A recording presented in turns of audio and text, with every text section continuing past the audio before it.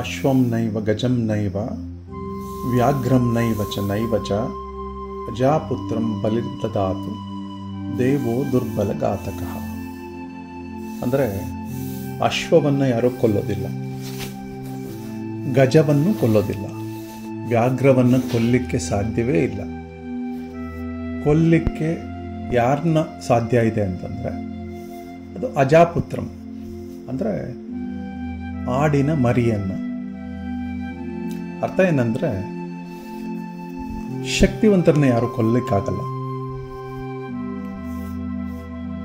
ದುರ್ಬಲರನ್ನ ಯಾವಾಗಲೂ ಯಾರು ಬೇಕಾದರೂ ಕೊಲ್ಲಬಹುದು, ತೊಂದರೆ ಕೊಡಬಹುದು.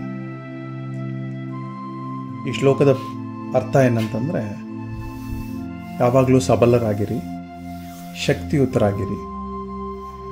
ದುರ್ಬಲರನ್ನು ದೇವರು ಕೂಡ ರಕ್ಷಣೆ ಮಾಡಲಿಕ್ಕೆ ಸಾಧ್ಯ ಇಲ್ಲ, ಮಾಡೋದಿಲ್ಲ.